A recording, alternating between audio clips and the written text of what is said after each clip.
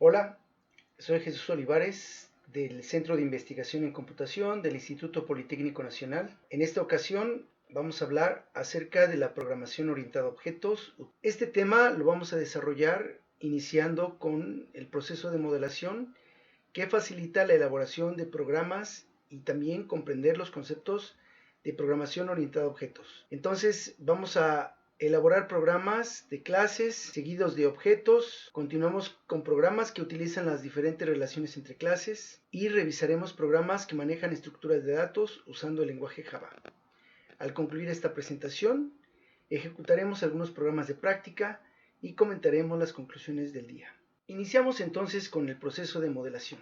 A través del tiempo, la humanidad ha estado modificando las formas, recursos y tecnología que utiliza para satisfacer sus necesidades, pasando de la recolección y caza al descubrimiento de la agricultura y aprovechamiento del fuego. Siglos después, surgió la producción en masa y la popularización de la máquina de vapor. Luego, a mediados del siglo XX, el transistor hizo posible la reducción en tamaño de las computadoras y otros dispositivos electrónicos. Con las computadoras aparecieron diferentes lenguajes de programación. A finales del siglo XX, la irrupción de Internet en la vida cotidiana, combinado con las innovaciones de principios del siglo XXI, como las impresoras 3D y los teléfonos conectados a Internet, generaron formas nuevas de interacción social. Estos cambios continuarán en diversas áreas. Por mencionar dos, los materiales nuevos y la aplicación de la inteligencia artificial en los coches autónomos o la ciencia de datos para apoyar en la toma de decisiones tanto en personas como empresas. Ante esta complejidad creciente, la humanidad ha desarrollado diversas disciplinas científicas en las cuales el común denominador es el uso de modelos. Aunque específicos para cada una, el proceso de modelación es similar.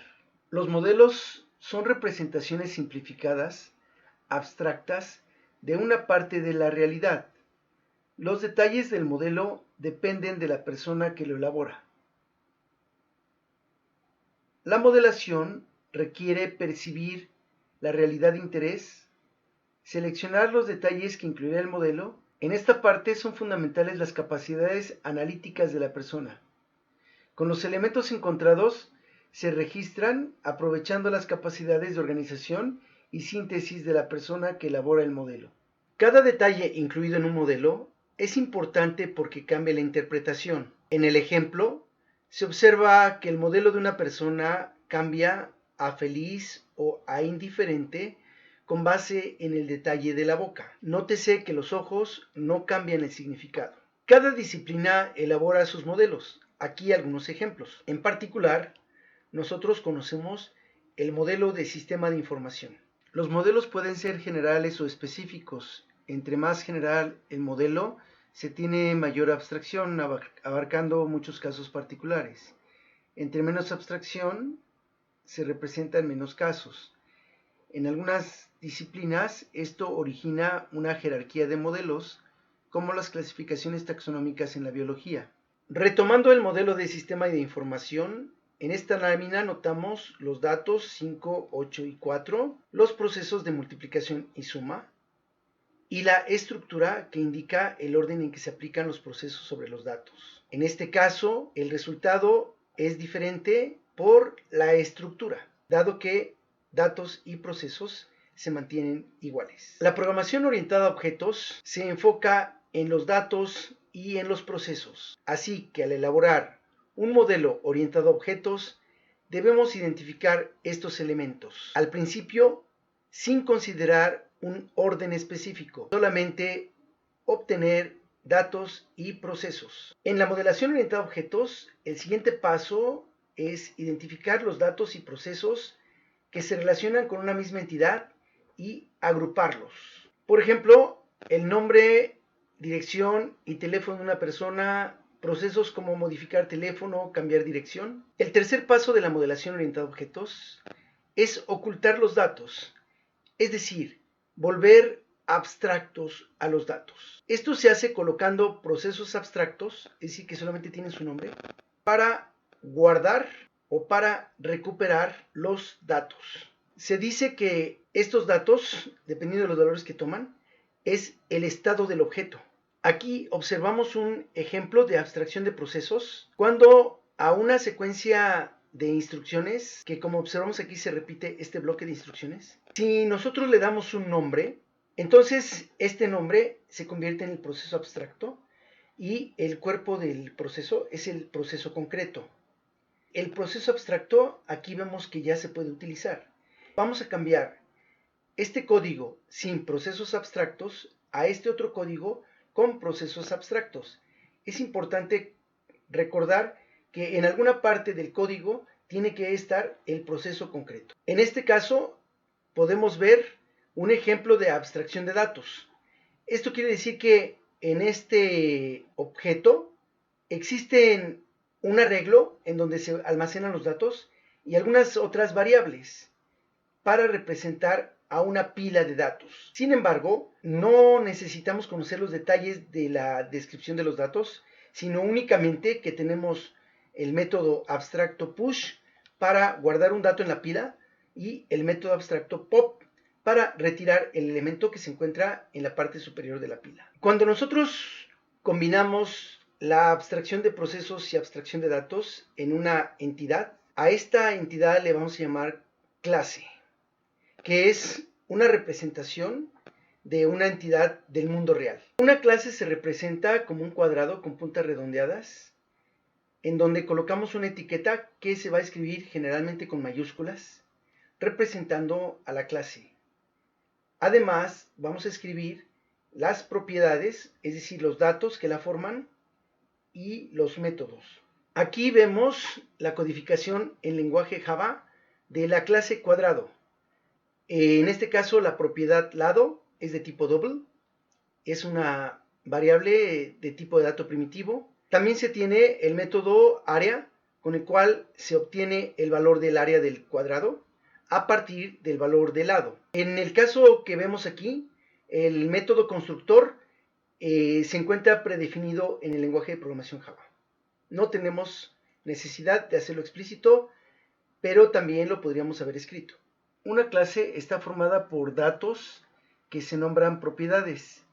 Estas pueden ser tipos de datos primitivos u objetos. Se acostumbra a escribir los nombres de las propiedades iniciando con una letra minúscula, y cuando varias palabras forman a estos nombres se utiliza la notación de camello. Los métodos son procesos abstractos, aunque generalmente cuando se está programando una clase se coloca el método concreto. Los nombres de método también inician con una letra minúscula, pueden llevar notación camello o bien otra notación, y se caracterizan porque estos terminan con paréntesis cuando no tienen argumentos, o bien podemos colocar aquí dentro de los paréntesis los argumentos con el tipo de dato o la clase de cada uno de los argumentos. El constructor de una clase es un método público que lleva su mismo nombre. Si el usuario declara un constructor con n argumentos, entonces se debe utilizar de esta forma. Si el usuario no declara el constructor, se puede utilizar el nombre de la clase sin argumentos. Aquí podemos observar la forma en que se declara un constructor. Como observamos, únicamente se usa el calificador public, no se coloca tipo de dato que devuelve, y luego tenemos el nombre de la clase y los argumentos. En este caso, cuando se crea un objeto de la clase cuadrado, se debe de indicar el valor del lado del cuadrado. Como sabemos, las propiedades y métodos de clase se definen en la clase y ahí mismo se les asigna memoria, por lo que cuando se ejecuta un programa ya no vamos a ver estas propiedades y estos métodos en los objetos, porque se quedan en la clase, aunque cualquier objeto o método puede hacer referencia tanto a las propiedades de clase como a los métodos de clase. Aquí podemos observar el código fuente que corresponde con la declaración de una propiedad de clase y también con un método de clase. Acá en este lugar observamos que se tiene acceso al método contador sin crear un objeto porque es un método de clase. Aquí se está creando un objeto de la clase automóvil que es autodeportivo y después con este objeto hacemos referencia al jugador y funciona. Con esto podemos comprobar que tanto las propiedades como los métodos de clase no requieren un objeto para crearse. El caso de que quisiéramos hacer alusión a automóvil.color, si no creamos un objeto no podemos hacer referencia a esta variable porque esta es una propiedad de objeto. En esta lámina podemos observar la sobrecarga del constructor. Esto quiere decir que podemos tener varios constructores, como este que no tiene argumentos y que en forma predeterminada le asigna color blanco al automóvil, o en este otro constructor donde esperamos que el usuario escriba el nombre del color que se va a asignar a la propiedad del automóvil. Aquí vemos el uso de estos constructores, en este caso autodeportivo que es azul y la camioneta que tendrá un color blanco. En el lenguaje de programación Java existe otro componente que se conocen como interfaces, que son similares a las clases, excepto que aquí las interfaces no tienen propiedades. Los métodos son abstractos y el programador está obligado a elaborar el proceso concreto correspondiente a cada uno. Si el programador no quiere hacer concreto un método, entonces se puede declarar el proceso concreto y dejarlo sin instrucciones. Y de esta manera ya se concreta el método y que no tiene ninguna instrucción. Vamos a observar el código correspondiente a una interfaz. Como observamos, aquí tenemos el código de una interfaz que no tiene propiedades ni tampoco métodos y que funciona como un complemento a la herencia unitaria que tiene el lenguaje de programación Java. Entonces, con estos interfaces que no tienen un límite para colocarlas en una clase, podemos adicionarle métodos que amplían el comportamiento de una clase, sin que tengamos interferencia con las variables. En un objeto se sugiere utilizar únicamente los métodos para almacenar y recuperar valores de las propiedades. En la práctica, muchos programadores no cumplen con esta propuesta y acceden a las variables o propiedades en forma directa, usando el nombre del objeto como prefijo. Aunque si quisiéramos hacer la programación orientada a objetos de una forma estricta, entonces solamente deberíamos utilizar los métodos abstractos para referenciar a las propiedades, que son las variables. En los objetos se utilizan los modificadores de acceso para determinar la visibilidad de propiedades y métodos. Las propiedades y métodos que queremos que sean visibles al exterior llevan la palabra public. Las que queremos que sean privadas únicamente para los objetos o la clase llevan el calificador private. Y cuando no lleva nada se consideran protected. Este es el predefinido, dado que no requiere una palabra reservada. Aquí estamos aprovechando la clase automóvil para crear algunos objetos de la clase automóvil y también estamos utilizando sus métodos. Recordamos que la creación de un objeto se tiene que hacer indicando la clase del objeto, el objeto que se trata como una variable, después el signo igual, el operador new y el constructor de la clase. En el lenguaje de programación Java se permite la generación de copias de un objeto. Esto quiere decir que si yo tengo un objeto que creé con el operador new y después quiero crear una otra variable que, por ejemplo, se llamara apuntador círculo y únicamente la asigno al objeto creado, en este caso no se está creando otro objeto con memoria. Lo que se está haciendo aquí es que esta variable va a apuntar a la misma localidad de memoria a la cual está apuntando esta variable círculo. Si nosotros quisiéramos que se creara otra variable y con una copia del contenido del objeto, entonces tenemos que llevar a cabo un proceso de clonación, lo cual se hace mediante una interfaz clonable, círculo, la variable clon y igual, y invocamos el método clon, que debe de ser una interfaz de la clase círculo para que se pueda duplicar el objeto. Bueno, en este caso es la clase persona. Estamos implementando la interfaz clonable para que entonces la clase persona pueda ser duplicada. Aquí tenemos el método clone que, como observamos, está utilizando el objeto clonable y el constructor de la clase persona a la cual se le pasan las propiedades de este objeto, del objeto que está clonando, para crear una persona nueva y entonces ya que tenemos una persona nueva clonada, entonces es lo que regresamos.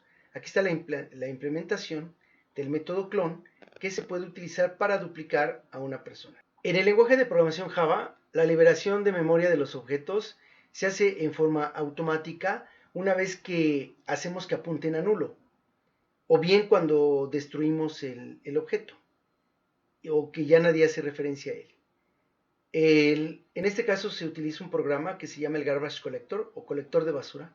En el estudio de las relaciones entre clases podemos utilizar diferentes herramientas que nos van a servir para dibujar los diagramas de relaciones entre clases. Algunas de estas herramientas van a generar código fuente y nos van a ayudar mucho en la codificación.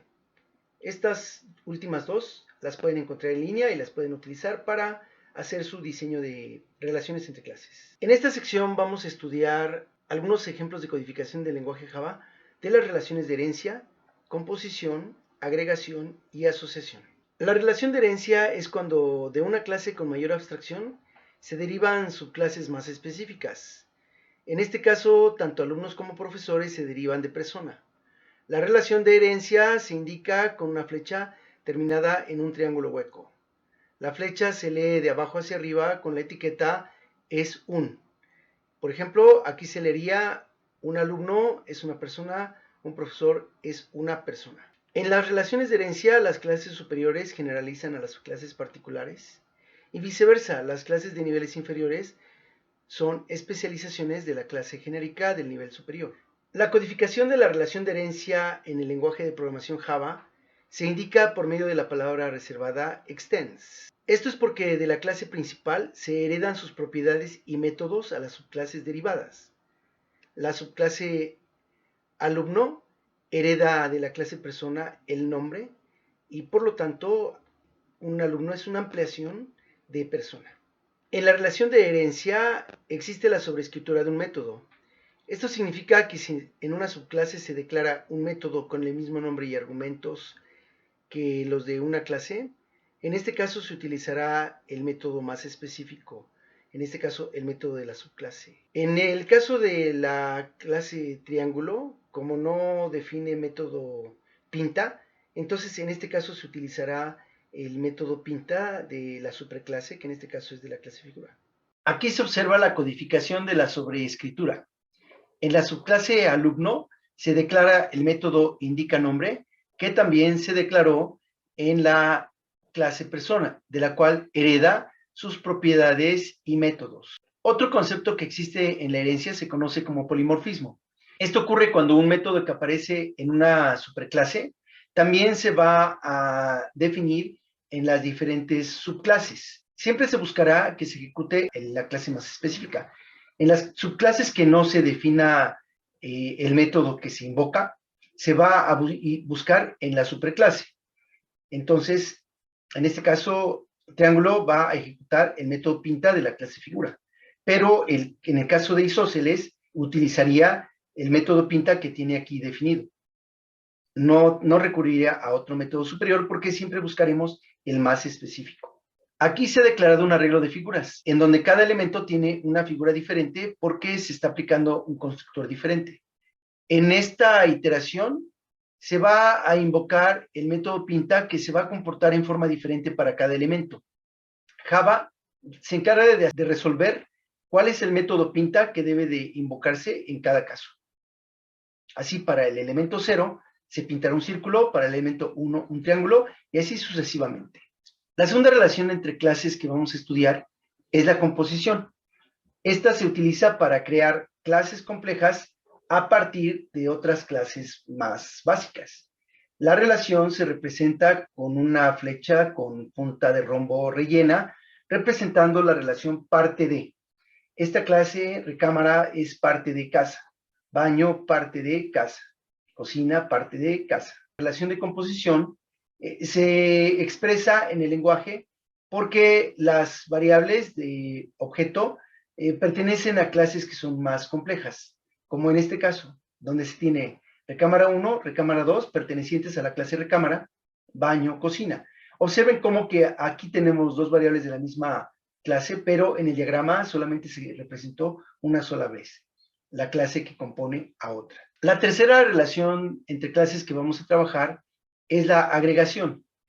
Esta relación también permite crear clases complejas a partir de otra clase existente, nada más que en este caso es una repetición de elementos de la clase que compone.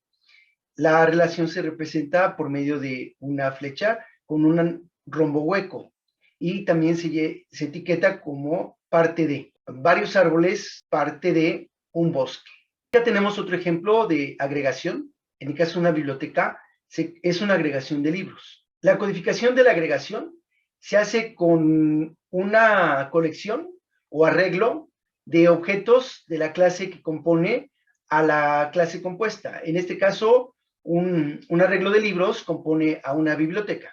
La cuarta relación que vamos a estudiar es la asociación, que es una relación entre clases diferentes.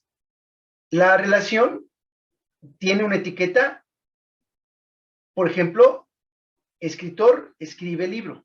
En ocasiones también es frecuente que se coloque la cardinalidad de la relación, como se hace en un diagrama entidad-relación de base de datos. Aquí tenemos otro ejemplo de asociación, en donde un alumno pide prestado muchos libros.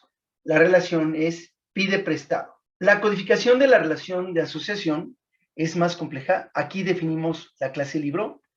La segunda clase que definimos es biblioteca. La tercera clase es alumno. Y en otra clase, donde ya creamos los objetos y también especificamos la relación entre un alumno y un libro, que en este caso el libro se tomó de una biblioteca. El lenguaje de programación Java, en su definición inicial, ha tenido varias ampliaciones con paquetes que ya no forman parte del origen. Algunas de ellas, por ejemplo, son el JavaNet para el acceso a redes, Java Util, Java Swing para interfaces y otros paquetes más complejos como por ejemplo Java CB, que sirve para procesamiento y reconocimiento de imágenes. Esta lista solamente es ilustrativa, ya que existen muchos más paquetes que se le han añadido al lenguaje Java. Nuestro quinto tema del día se conoce como estructuras de datos usando Java. En estas estructuras de datos generalmente se aplican las operaciones ABC, que en nuestro idioma le llamaríamos altas, bajas y cambios, o en inglés que se conoce como CRUD, que es Create, Read, Update y Delete. Creación, lectura de valores, actualización de la estructura de datos y eliminación. Conocemos que la eliminación en el lenguaje Java se hace cuando nosotros el nombre de la variable le asignamos el valor de nulo. Aquí el caso de una lista o arreglo es una asociación de celdas contiguas que se diferencian por medio de un índice. La creación puede ser con el arreglo vacío o bien dándole valores iniciales que se expresan entre llaves. La actualización se hace con el nombre del arreglo y entre corchetes el índice, que puede ser una constante o una variable, después la asignación y una variable del mismo tipo del arreglo. La lectura de valores es al revés, tenemos una variable que contiene y aquí especificamos de la estructura arreglo y el índice que queremos recuperar. Es importante mencionar que en el lenguaje Java los arreglos deben de tener tipos iguales, en este caso int, o bien double o algún otro. También podemos utilizar una clase como tipo del arreglo. En Java los arreglos pueden ser de diferentes dimensiones, como en este ejemplo donde tenemos una matriz con 2 dimensiones. Si tuviéramos más dimensiones, colocaríamos otro corchete y el valor de la dimensión adicional. Si fueran 4, 5, 6, hasta ahora no se conoce un límite en Java. En el caso de los índices, siempre el primer elemento va a ser 0 y la actualización es similar a los arreglos y también la lectura de valores. En Java no existe una clase que se conozca como tupla. Lo más parecido a las tuplas es cuando nosotros creamos objetos y que entonces tendremos que usar sus métodos para accesar a los elementos de una clase. En Java se pueden crear objetos de tipo conjunto, aunque internamente se trata de un árbol, para facilitar la detección de valores duplicados. Recuerden que si fuera una lista secuencial, entonces tardaríamos más en encontrar el elemento. Y en un árbol, pues se simplifica porque tenemos menor complejidad. La actualización de valores se hace con 2 métodos, con add para agregar elementos al conjunto y remove para retirarlo. Las operaciones de conjunto se hace con el método add all para la unión, retain all para la intersección y remove all para la diferencia. La estructura diccionario se forma por medio de pares llave-valor, que aquí está diciendo que la llave es string y el valor es string, aunque se pueden utilizar otros tipos de datos. Se implementa mediante una clase hashmap y las operaciones de actualización son compute y remove. Aquí únicamente especificamos la llave. La lectura de datos se hace por medio de get y la llave que queremos recuperar. Las listas en Java forman una jerarquía de interfaces y clases, que en este caso vamos a utilizar la clase vector, el array list, el stack o pila, y la cola, que utilizaremos una lista ligada. La clase de vector es similar a un arreglo, con la diferencia de que el vector es de tamaño variable. Podemos estar agregando y eliminando elementos y entonces el vector cambiará de tamaño. Para recuperar un elemento utilizamos el método get y el índice del elemento que queremos recuperar. La estructura de datos pila internamente se representa por medio de un vector, por lo tanto tiene tamaño variable. La declaración de una pila es mediante la clase stack y el constructor correspondiente. Aquí especificamos el tipo de datos que va a contener cada elemento de la pila. La actualización se hace con push, porque push permite ingresar datos a la pila, y pop, que permite recuperar el elemento que se encuentra en el tope de la pila. Si quisiéramos consultar el elemento que está en el tope de la pila sin cambiarlo o retirarlo, usamos el método pick. La estructura de datos cola, como ya se dijo, utiliza una lista ligada, y entonces este queue o cola, vamos a poder agregar elementos y retirarlos con pull. El elemento que se agrega, el primer elemento que se agrega, es el primer elemento que se retira. Si no quisiéramos cambiar el primer elemento, entonces usamos el método pick. El manejo de excepciones pertenece al tema de estructuras de control. Sin embargo, se escribe aquí porque cuando ocurre en un bloque try-catch alguna excepción, por ejemplo aquí que la división se hiciera entre 0, entonces en vez de continuar el bloque de try, se recurre al método catch. Esta es una codificación alternativa al flujo de control. En el momento que ocurre la excepción, entonces se genera un objeto, en este caso un objeto E, de la clase arithmeticException, para que ahí guarde la información de la excepción que ocurrió. Si nosotros nos damos cuenta, en el momento que ocurre catch, el flujo de control pasa esta parte y después continuará normalmente. Si quisiéramos que el programa se detenga, en este caso, y debido a que estamos en el método main, tenemos que usar el método system.exit. Si estuviéramos en un método y queremos que regrese al método que lo llamó, usaríamos la instrucción return. Si queremos que continúe el flujo, pues procedemos, hacemos los ajustes en esta forma y continuamos el flujo normal del programa. Hemos concluido con el tema de la programación orientada a objetos usando Java. Por favor, responde estos requerimientos. Se pide que ahora escribas una relación de herencia diferente a las que ya se comentaron. Es importante indicar propiedades y métodos de cada clase. También escribe una relación de composición, una relación de agregación, una relación de asociación. Coméntanos para qué sirve la estructura de datos de pila y para qué sirve la estructura de datos de cola. Como siempre, es importante que reflexionemos acerca de qué aprendimos hoy, cómo lo puedo utilizar, para qué me sirve lo que aprendí hoy, y sabemos que la programación se debe practicar. La pregunta es, ¿por qué debo practicar esto de programación orientada a objetos? Muchas gracias, Kazukamati.